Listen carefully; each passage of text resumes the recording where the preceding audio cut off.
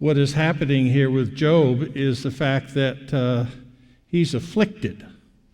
He looks really gross with all these warts and sores that are all over him. He has a level of speech difficulty. His three friends are standing around him. I'm not sure that they stand extremely close because of all the warts and the bleeding and everything that's happening all over him. And it's something that we don't think about in terms of that's the confrontation that he has with his three friends, is he is in this condition. And he uses this condition to explain his relationship with God and what God would expect of him and, of course, expect of his friends, which means Job is also saying he expects God and you to follow the same examples, which is what we strive to do with the Holy Word of God that we have. So he has his three fellows who are going to speak with him, and he begins with Eliphaz, who speaks, and Job is going to respond to him. He speaks, and Job will respond. This is a rebuttal that his friend is bringing to him. Actually, what he does in speaking in the text is his friend attacks Job, because the situation here is he is rebuking Job for his behavior, for the way he has been behaving. And he is also ridiculing Job's wisdom. Now, where does Job get what he knows? Well, he gets it via the Lord in terms of life and existence of all mankind at the time. And he also gets it because he has talked with others who feel the same way that he does. Do we not do that as well? We prefer to be around people we get along with, and we prefer to be around people who sort of think the same way that we think. Well, in this particular case, this isn't what's happening with Job. They are his friends, but they don't think the same way that he does. So he is attacking Job, rebuking his behavior, rebuking and ridiculing the wisdom that Job is speaking about. Now, Job, in his own presentation here, he is reasoning with his talk process, and it's unprofitable for him. He's not getting very far with the friends this way. In one respect, you could say that Job's mouth condemns him because of what he is speaking about and what he is trying to communicate. Job also attempts to limit his wisdom. He limits his wisdom to himself. I think that's an interesting phrase, because what does that literally mean as we go from day to day? It means I take my own counsel, and I don't really care what your counsel is, but mine I know is right. You run into individuals like that? In many situations, the biblical characters that God introduces us to are there, obviously, for a specific reason, one way or the other, pro or against. But also, it's to give us an insight to the general characteristics of all people through all time. There isn't something specifically focusing upon the fact that they're living in the time that they're living. Men are men. Mankind is mankind. It goes through processes. It learns different things. It attempts to be strong when in fact it's weak. It attempts to be weak when it really is strong. The stronger you are as an individual, the more people become aligned with you. Do you align yourself with the weaklings? Do you align yourself with those who just really don't seem to be all there? I don't mean psychologically. I just mean where you are, what you're used to, what you understand in life and living and home and family and so on. That's in something that we learn in our own process. But not everybody learns it the same way. Not everybody conducts their life the same way. And so sometimes, in the case here of Job himself, he belittles himself. And then at other times, he boasts about himself. He seems to definitely in the Scriptures, Job seems to belittle or disregard the wisdom of others. His friends here get upset at him. Why are you talking like that, Job? Job tends to belittle. Now, maybe there's something about his culture that brings that out, but he seems to limit. Can you turn the volume down just a bit? I don't know if it's feedback from the podium mic or whichever. Thank you very much. I appreciate it. It's very helpful. Can you hear me better now? Can you hear me better now? Yes, thank you. Job attempts to limit the wisdom to himself. He has disregarded the wisdom of others. Do you sort of listen to somebody and say, yeah, and then when you go out and the other part of the office and get some coffee and say, Tom, did you hear what Joel just said? Did you listen to that? Sometimes that guy just sort of drives me crazy a little bit. I'm not sure he's all there. You know what I mean? We belittle people. Job was certainly doing that. Job cannot be as pure and as righteous as he claims to be. And in his words, he claims to be that. He's not the only one in the Bible that claims to be that.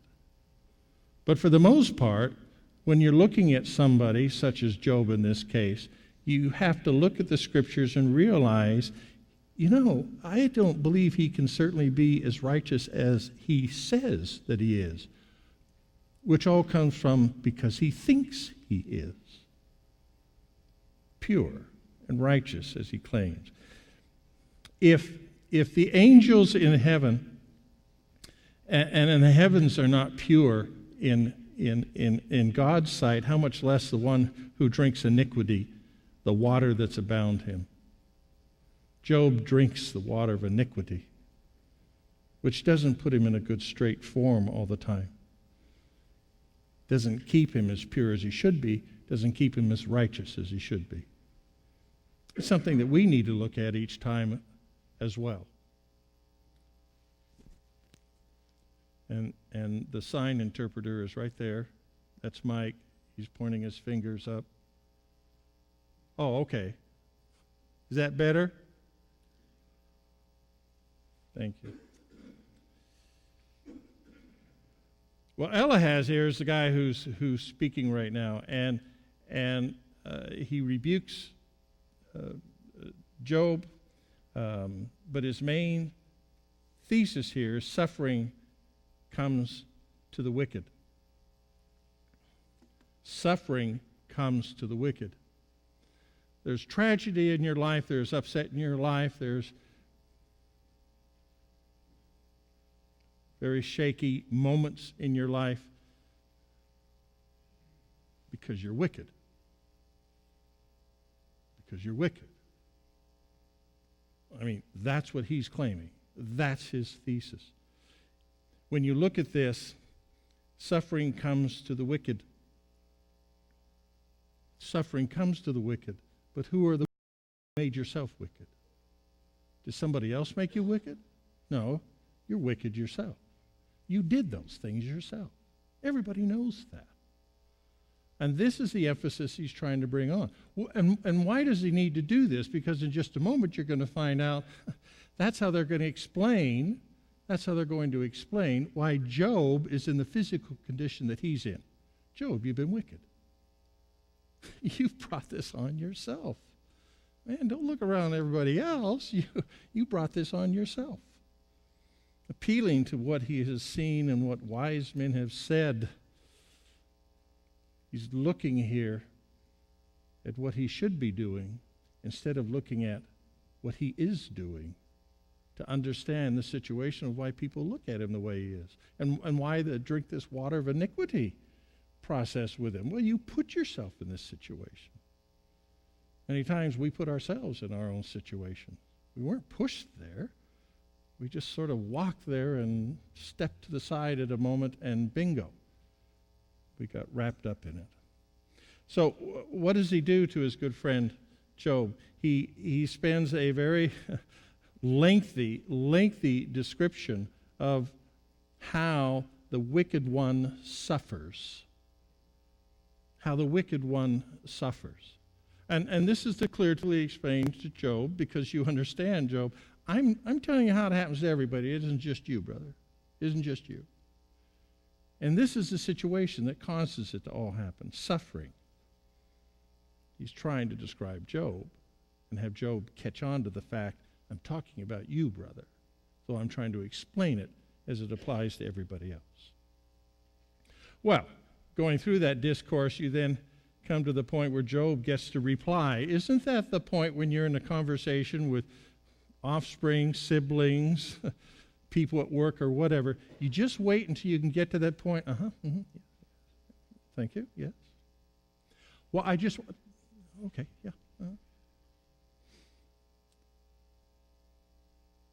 Well, you have to go now? Oh. Well, maybe we could talk next time when you're here. You ever try to get a word in edgewise? Not when there's somebody who's dominating it. Well, Job's friend was dominating it. And now Job's thinking to himself, okay, I'm ready. I've got things I can come back with. I have this sorted out in my mind. And the way he starts out with it is that he reproaches his friends. It's not really related to being a good relationship, though they are his friends. Who around is looking at this guy who's all sword and blicky and so on and so forth, because obviously he's wicked, because look at the way he looks, and only the wicked are turned into that situation. And his three friends there's nothing wrong with them. They're looking just fine. So they're trying to make some deal out of it, I guess. In any which case, he reproaches his friend, and he describes God's treatment of him. Job's friends, though they're trying to be beneficial, are miserable comforters. They're not really good at it. Now, when you look at the scriptures, numerous amount of passages will relate to how men are miserable and how women can be miserable and how they can be miserable companions to one sex or the other sex. In this case, these guys are feeling that it is Job who's being miserable. Well, he is physically miserable. And I guess that brings on some of his emotional misery as well. But Job turns it around because he looks at them and he says, you know what? All you guys are miserable comforters. You aren't helping me out the way you should help me out. You're actually miserable at this. Miserable at this companionship thing, I guess, or miserable because you're my three friends, but now this has happened to me and you don't really want to be my friend anymore, or you don't want to stand that close to me. I mean, you see all what's happening to me. Find ourselves in that situation with people, don't we? People we've known for a long time, and then suddenly something happens. Job's known these guys for a long time, and then suddenly something happens. And it changes the mix, and it changes the relationship. Doesn't mean it has to change, but it does in many cases. So he could do what they do, but he could offer true comfort. In other words, he thinks they're belittling him, and in some respects they are. And so Job thinks, well, I'll just belittle them. There goes off the cannon fire again, doesn't it? Listen, you almost sort of had things worked out in your understanding where each of us were standing, and now you got to say that? Where do you really want to go with all of this, Job? I think it's just going to be worse for you because, listen, obviously you are that way with all of these problems and these sores and physical things and so on because God let you be that way. You weren't even following what God wanted to do. Not true, though. Not true. He does describe God's treatment of him. And in describing that God's treatment in him, he is able to focus upon whether he speaks or remains silent. When you think about what's happened to him and then what they're saying to him, you could almost give a thought of saying, well, maybe I should shut up here. See what's going to happen here. The point is whether he speaks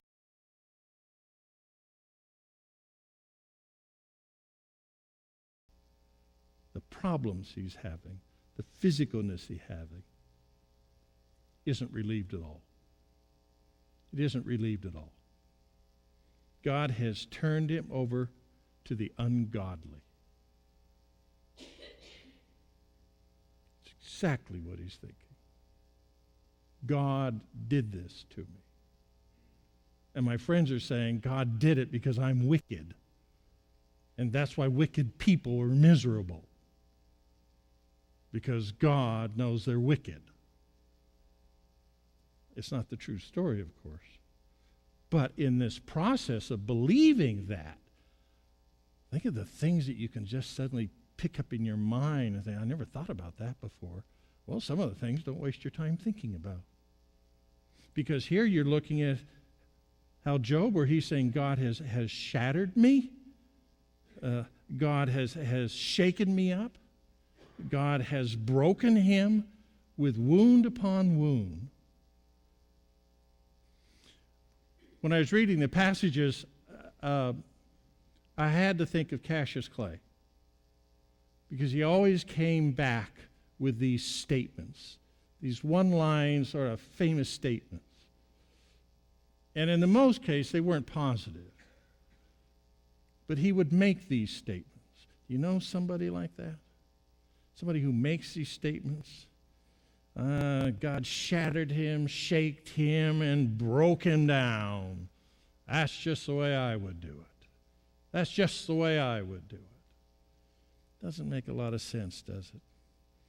He hopes his cries will be heard.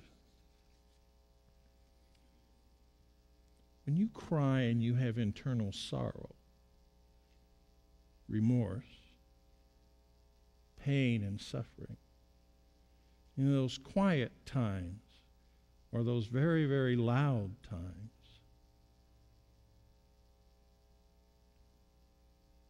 I believe that most of our thoughts go to the people who are around us. Job's thought went to God. His friends agree. Why did you do that to God, to cause him to do that to you? Well, listen, Job says. You see it among everybody, don't you?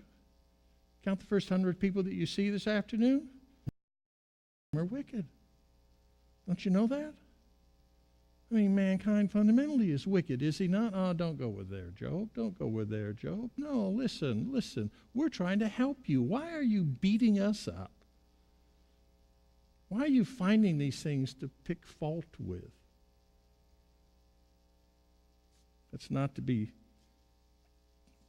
buried, I guess.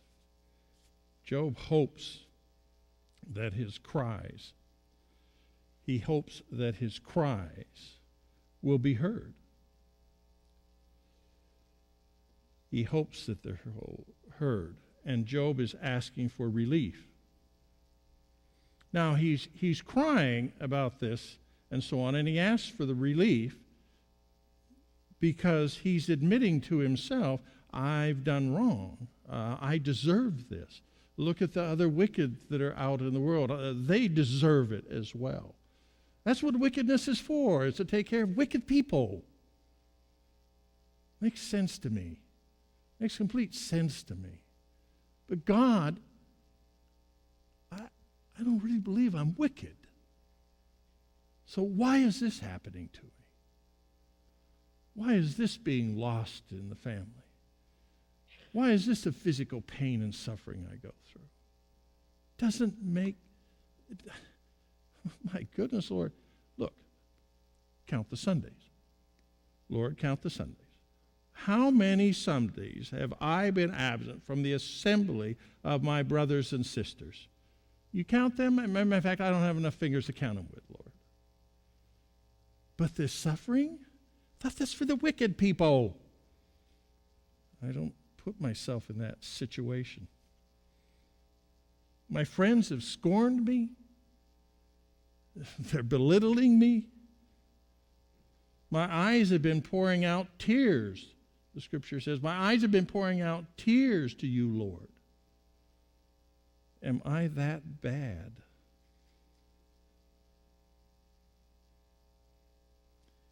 In those types of situations, we probably look and turn more than we do in other times because we're trying to find someone who would plead for us.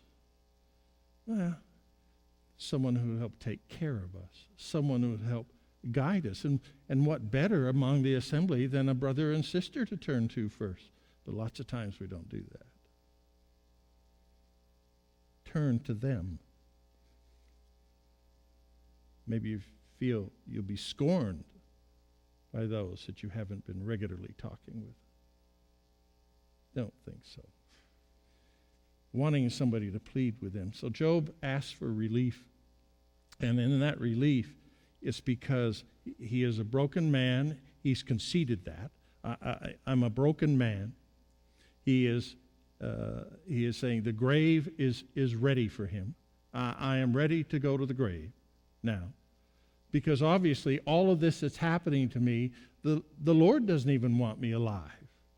So it is that time.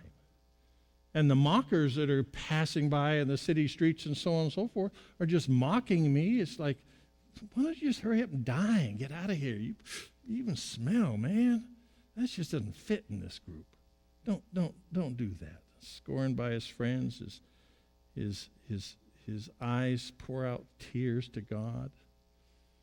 He wishes that there is one who could plead for him, someone for God, for he knows, Job knows, his time is short. All of this isn't going to be suddenly turned around in a nice, happy situation. It doesn't look like that's how it's going. His friends have no understanding. Can't God help him? He says, my friends don't have any understanding of what's going. Can't God help them? But then he turns around and he continues his complaint.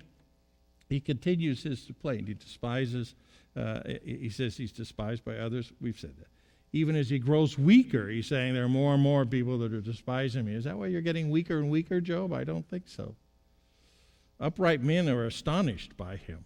Scripture says, upright men are astonished by him. The innocents are stirring up against the hypocrites.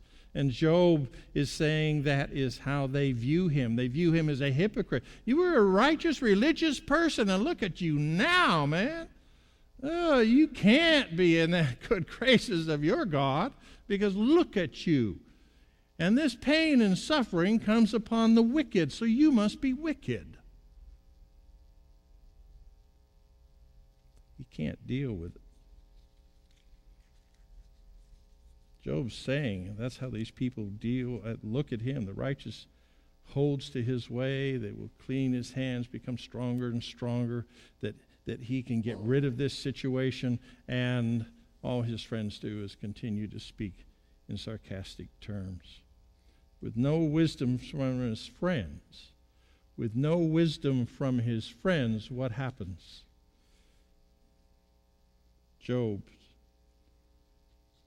feels he's losing hope. His days are past, his plans are broken. Would you go on doing the same things you planned to do this summer if you were in that same situation? I don't think so.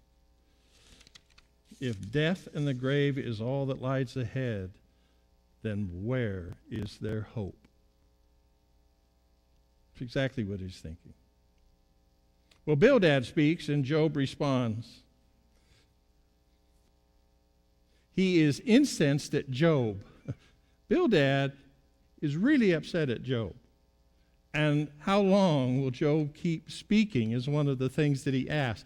Now you see there's the three of them and there's Job. And during all of this portions of the chapters, they are sitting around, standing around, looking around, and they are talking among us. But Bildad said, Job just won't shut up. We can't get our word in edgewise. Job just keeps going on and on and on, and it's so negative. So negative. That's not helpful. It's not helpful to any of us. How long would he keep that way? Why does he consider his friends? Why does he consider us his friends as beasts and as stupid people? That's how he considers us. Why is he doing that? It just doesn't make any sense. Shouldn't the earth be moved because Job is so angry that the whole earth should be shattered? Doesn't make sense. And then what does Bildad do? Exactly what Job did. Bildad provides a lengthy description of the suffering of the wicked because he's trying to set the whole premise here that it's happening to you because you're wicked. You're wicked. Wicked, wicked, wicked. And God knows it. The light of the wicked will go out. You're wicked and your light will go out. He is cast down and ensnared because you're wicked. That's why you're thrown that way. Terrors frighten him on every side because you're wicked. Doesn't that make sense to you? Destruction comes, others will take what is his. And the memory of the wicked will perish from the earth because the wicked will all be perished. There will be no positiveness coming out of it. Such will happen to the wicked, to those who know not God. Who know not God. Job replies to his critics. His response, how long will you torment my soul? He says, they continue to reproach him. They have not pointed out his errors. Will they magnify themselves against his sins? Comparative. Who wins? Who loses? What's the whole thing? Well, they magnify themselves. Job again directs his complaint, though, to God in the 19th chapter, in the 7th verse. He's done enough with his friends. He complains to God. How do you complain to God? We know all the obvious ways of doing it. Some of the people that don't want to follow God are complaining to God, and they turn their back on God. Some who have been followers of God turn their back on God because now they don't agree with God. It magnifies. God doesn't seem to hear Job's cry for justice. And Job says, and what's going on is God's fault because God has broken me down. God has uprooted any hope that I had. And this is the situation I'm in. And God, I don't mind telling you, God treats me as an enemy. God treats you as an enemy. Job bewails his loneliness. He's abandoned by the relatives. He's abandoned by the close friends. He's only got these three left. Even his servants. Scriptures tell even his servants have abandoned him. What about the intimate ones? The wife, the close children. What's happening there? It's even worse. His wife finds him repulsive. His children find him repulsive. Those he loves has turned against him. And isn't that the most malicious way to knock down your best friend? Is you turn away from them? I ain't gonna let him get me anymore. Let me tell you right now. No, I could take care of him. I don't need your help. Thank you. I can take care of him. I'll just ignore him. I'll just turn away from him. I'll just shun any requests that he has of me. In that after death comes in the flesh, he shall yet see God, Job says. The resurrection, in the judgment of which he warns his friends, this will come about. So Zophar gets to speak here. And as Zophar is beginning his, and Job obviously gets to respond,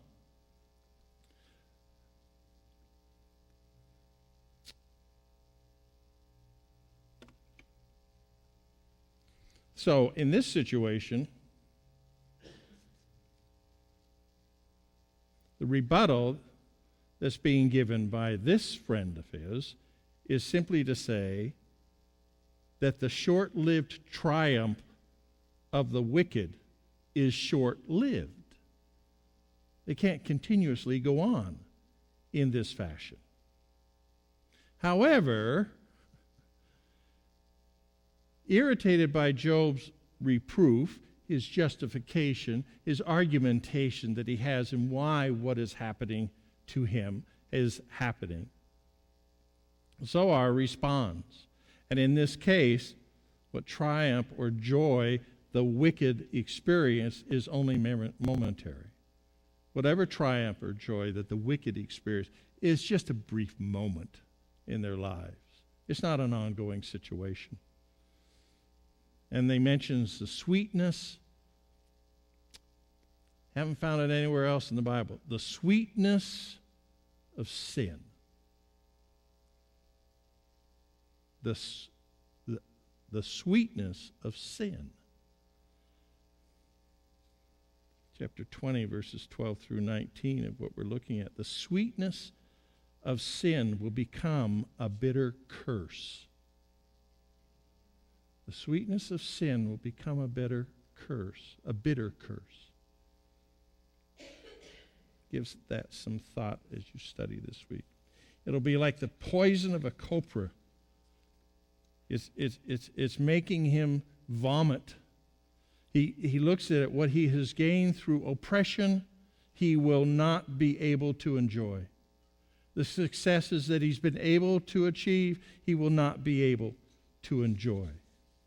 God will sweep away the wicked into darkness, it says in chapter 20, verse 29. God will sweep away the wicked in darkness. The wicked will not be at peace. That's not their situation. His well-being will not last. It won't last for the wicked. God's anger will come upon Job like an iron weapon, Scripture defines it. Losing all terror and darkness is the portion God has appointed for the wicked. You can't deny it. And that's what Zophar is saying. That's what he's talking about God and saying. And when he does that, obviously, Job has to reply. And he actually makes a pretty good point.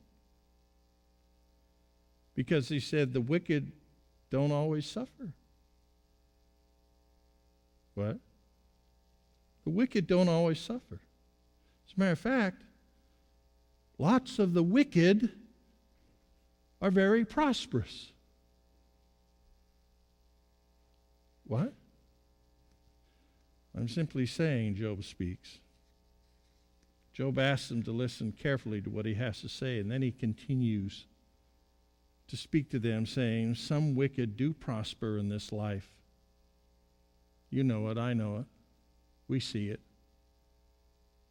Some wicked do prosper in life, even though they reject God and even though they reject his ways.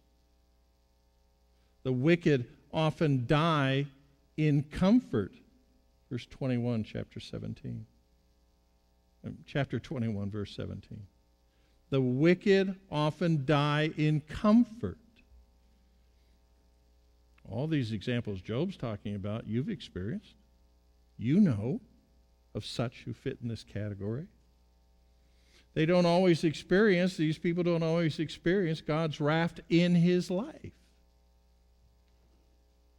Yes. Some even say that God lays up the iniquity of the wicked for his children. Now, we don't find that. We don't find that. Job wishes that God would recompense, give bounty to, he would give bounty to the wicked one directly. Well, because Job is sort of figuring in his situation, he may be one of those wicked ones because look what happened to him. So he wants God's bounty. He rejects their answers as false. They ask him, where is the dwelling place of the wicked? Where is the dwelling place of the wicked? And that's what we'll look at next class. Thank you very much.